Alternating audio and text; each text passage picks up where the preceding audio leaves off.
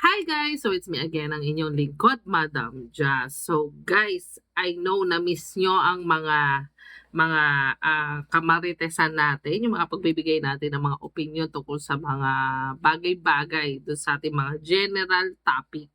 So ngayon guys, hindi ko lang talaga mapigilan ang aking sarili na hindi magpahayag ng aking saloobin o nararamdaman tungkol sa issue ngayon ng mga high school student na nakasaksak, tama no? So, hindi ko na masyado inalam pa ang ibang detalye at hindi na natin babanggitin kung anong paaralan ito. Pero napaka-crucial nito lalo na sa ating mga magulang kasi tayo ang may pinaka prime role or pinakamahalagang katungkulan na palakihin ng tama ang ating mga anak. Sobrang mabigat pong responsibilidad ito sa ating mga magulang. Actually, based on my observation, dahil pumasok na tayo sa Gen Z era, 'di ba? Compared nung mga panahong ako bata pa at panahon ng mga lolo't lola ko na talaga strikto ang pagpapalaki nila sa kanilang mga anak. Talaga namang sabi nga well disciplined, 'di ba? Andodoon yung siyempre napapalo, napapagalitan. So, nadisiplina, 'di ba parang corporal discipline ang tawag nga, 'di ba? Ika nga, ibig sabihin yung parang kumbaga sa militar, disiplinado ka, napapalo ka in public. But again, hindi na po kadalasang tawag dito, hindi na po natin masasabing applicable pa ang corporal punishment sa panahon natin ngayon. Dahil nag-iiba-iba ang era natin, nag-iiba-iba ang panahon natin, nag-iiba-iba na rin po ang pananaw ng mga tao sa paligid natin. Lalo na at meron na social media, alam nyo, lahat ng tao may cellphone na, i-video ka lang, talagang fake news, kakalat yan, kahit nasabi mo pang anak ko yan, talagang minsan mahahaluan niya ng iba't ibang mga opinion. So, nag-iingat din po tayo bilang mga magulang sa ganong aspeto. But then again, ang opinion ko lamang po tungkol dun sa aking napanood or nabalitaan na yung batang nanaksak, high school pa lang. Sa totoo lang, ang dami kong nababasang komento tungkol sa ibaba daw ang edad ng mga batang makukulong. Ako, suggestion, dahil nga may mga pinasang batas, sa totoo lang, alam niyo po ba, wag natin hong ibigay yung pag-a-adjust sa ganitong issue sa mga sa ating gobyerno, okay? Or sa pamahalaan. Kasi ang prime na meron ho talagang katungkulan dito ay magulang. Yung magulang na gumawa dun sa anak nila. Yung magulang na binuo yung bata na yun. Hindi ko sinasabi na pro-abortion ako, I'm not. Okay? But sinasabi ko, dapat, una pa na pumasok na tayo sa family planning. Kung wala pala sa plano yung pagkakaroon ng anak. Marami kasi dito nagiging batang ina, salat sa kaalaman, salat sa edukasyon. May iba, hindi na nga nakapag-aral, yun na lang ang nagiging option, nagkakaroon ng anak. So, balik tayo doon sa topic na tungkol doon sa high school. Kasi crucial po talaga ang pagkakaroon ng anak, lalo na tumutugtong sila sa puberty stage, which is papuntang high school. Okay? At yun nga, usually dyan po talaga maraming nangyayaring kalokohan. Alam ko na po yan dahil dumaan din naman na ako sa high school stage ko.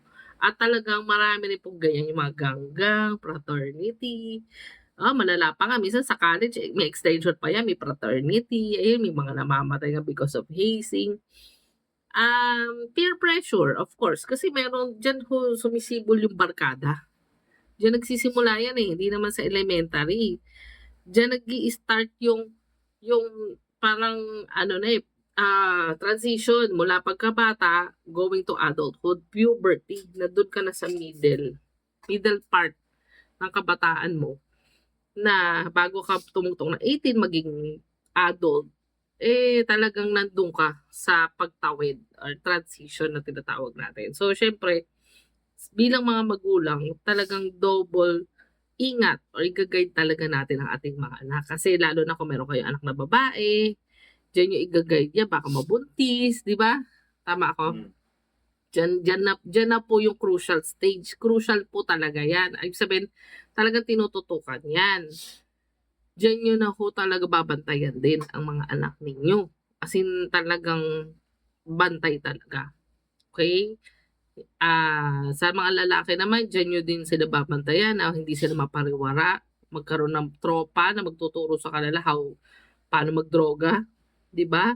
Kasi ho talamak ho talaga ngayon ang krimen kaliwa't kanan due to ayan yung mga drugs. Usually nga nasa loob ng school pa nga yung bentahan yan. Kasi way back po sa panahon ni Duterte, okay? Masabi ko lang po yan.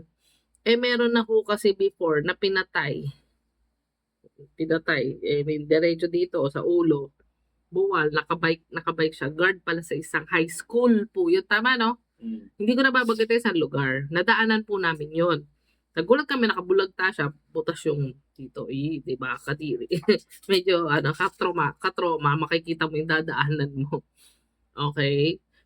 So, yun pala is, confirm na nagbebenta, tama? Confirm na nagbebenta at parang pinapatay ng mayor.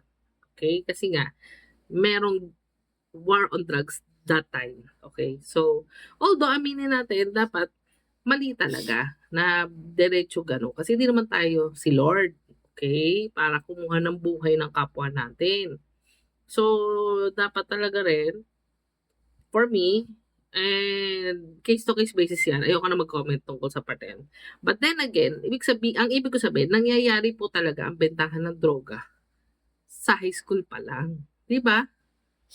Oo, nangyayari yan. Hindi tayo pinpoint sino whatsoever.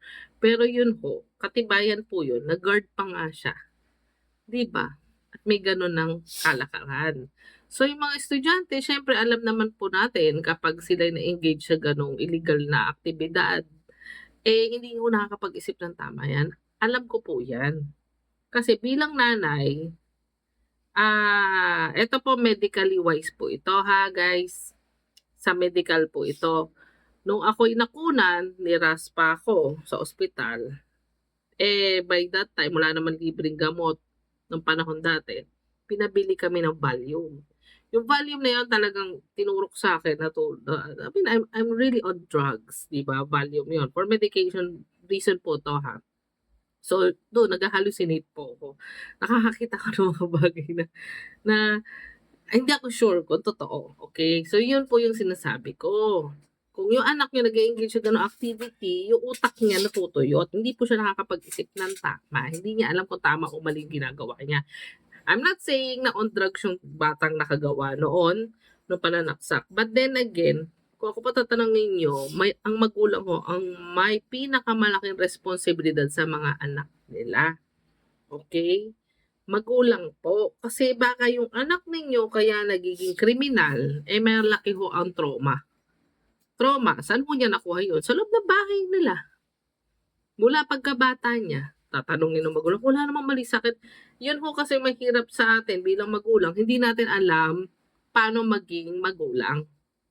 Hindi ho natin alam paano maging parent.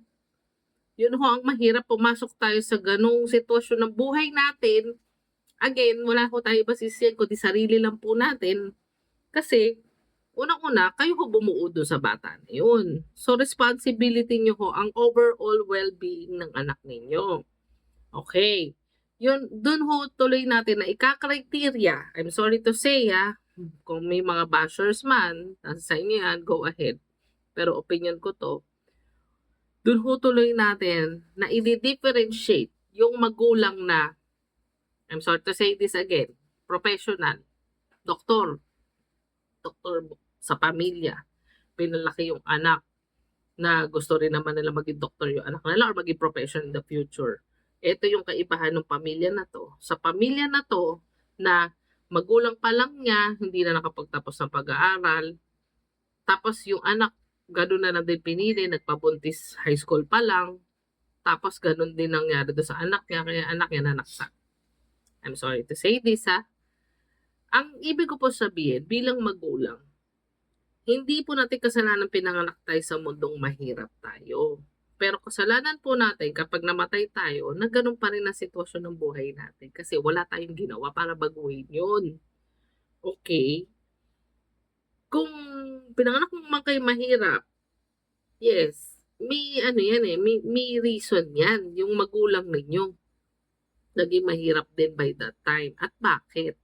So, nasa sa inyo po talaga 'yan to analyze kung ano bang future ang gusto niyong mangyari sa anak ninyo.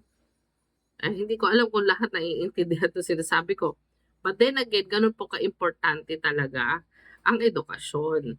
Kasi kapag edukado kang tao, may pinag-aralan ka, mas magiging madali sa'yong i-solve lahat ng problemang darating sa buhay mo. Tama ba ako? Yeah. Kasi na-develop yung utak mong mag-isip. Sige, halimbawa, hindi ako nagtapos ng elementary. Okay. Ano kaya ang isip ko ngayon na palagay niyo nakakausap niyo kaya ako ngayon ng ganito? I don't think so. Malamang ang kaisipan ko ay stagnant. Kung ano lang yung natutunan ko, siguro hanggang dun lang yon. Kasi hindi ko na pina-practice sa utak kong mag-aral, mag-self-learning. Again, hindi ko naman sinasabing dapat pumasok ko sa school, lack of financial kami. Alam niyo po ba sinabi ni Elon Musk, kung nakikinig kayo sa mga interview niya, sabi niya hindi niya kailangan ng college. Kasi again, si Elon Musk kasi, broad reader po siya. Marami siyang lahat ng librong hawakan niya, binabasa niya po natatapos niya. Lahat. Yan ang sinasabi ko po Ibig sabihin, siya mismo sa libro pa lang, kababasa niya. Parang natutunan na niya lahat ng ituturo sa kanya pagdating ng college. Genius po yung taong yun. Mataas po ang IQ level nun. Bakit? Kasi pinapractice niya yung sa sarili niya. Broad reader po siya. Nagbabasa siya ng maraming libro.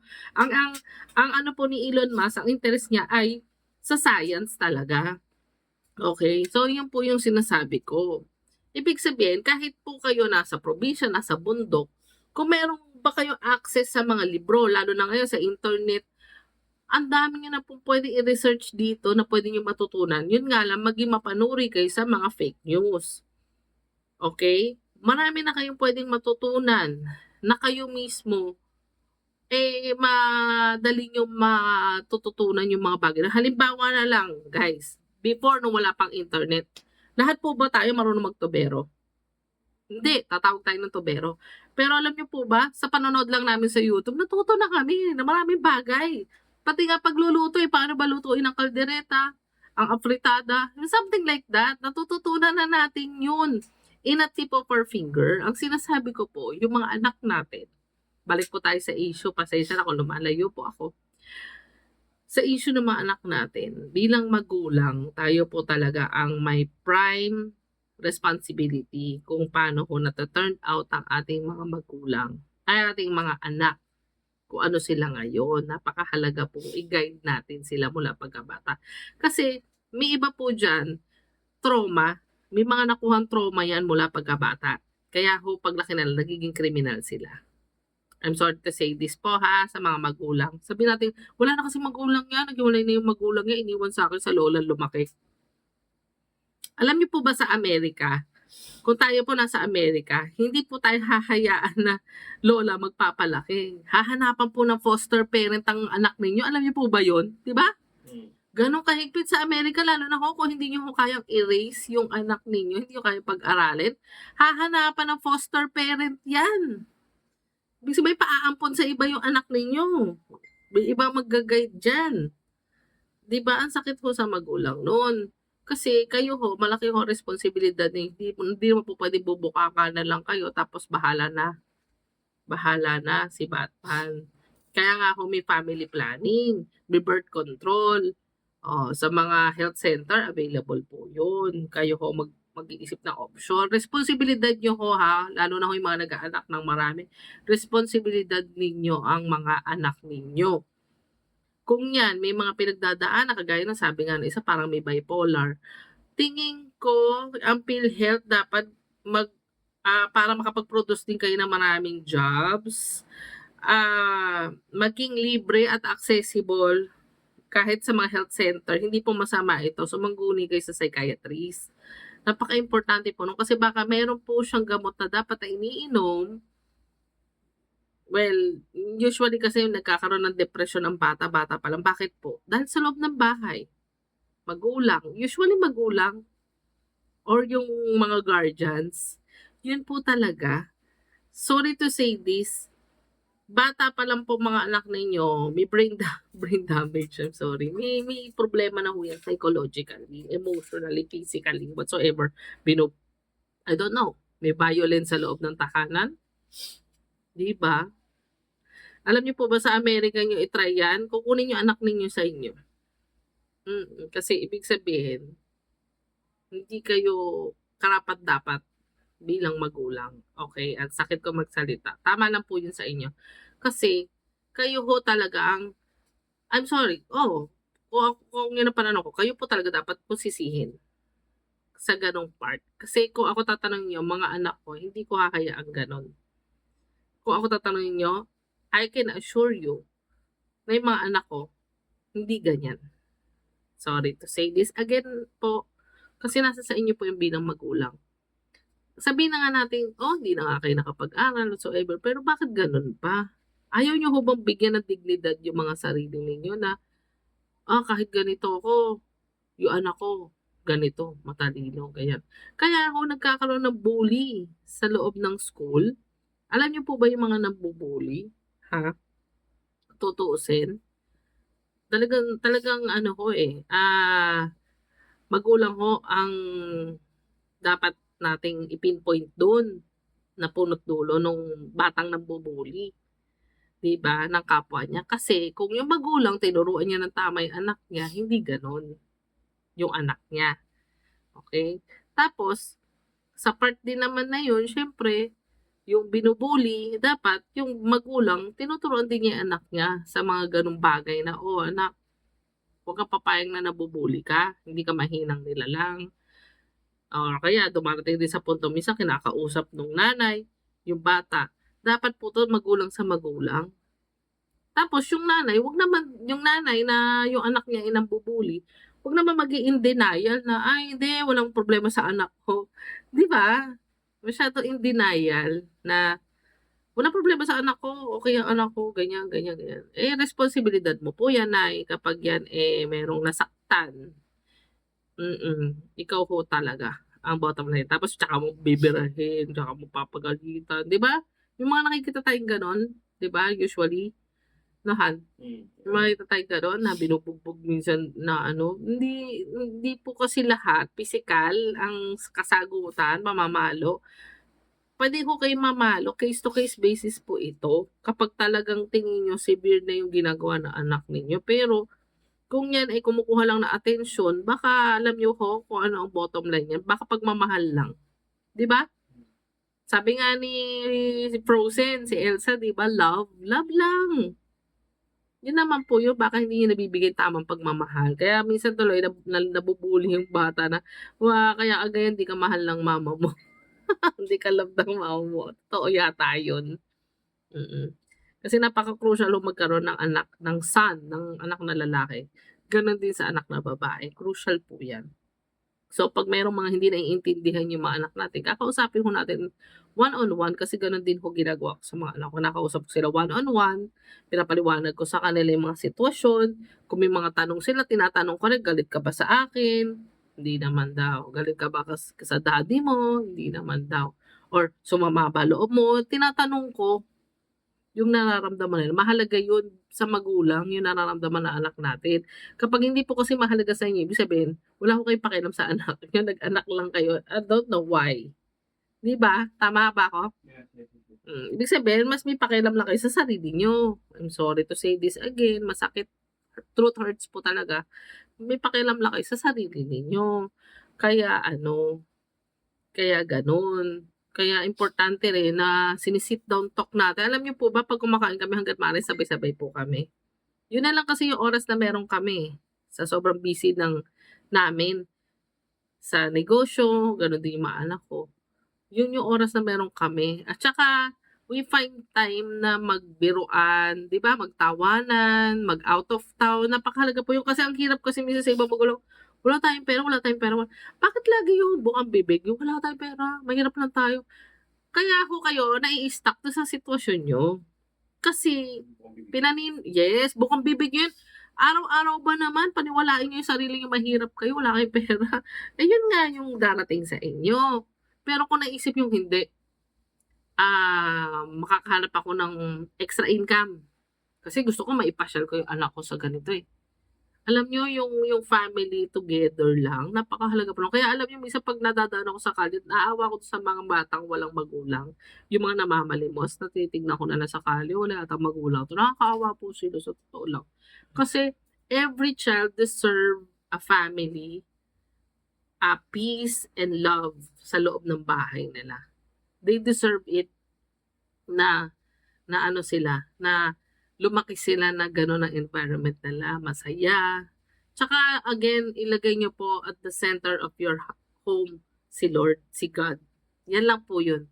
Yun lang talaga ang key. Okay? So, yun lang po yun.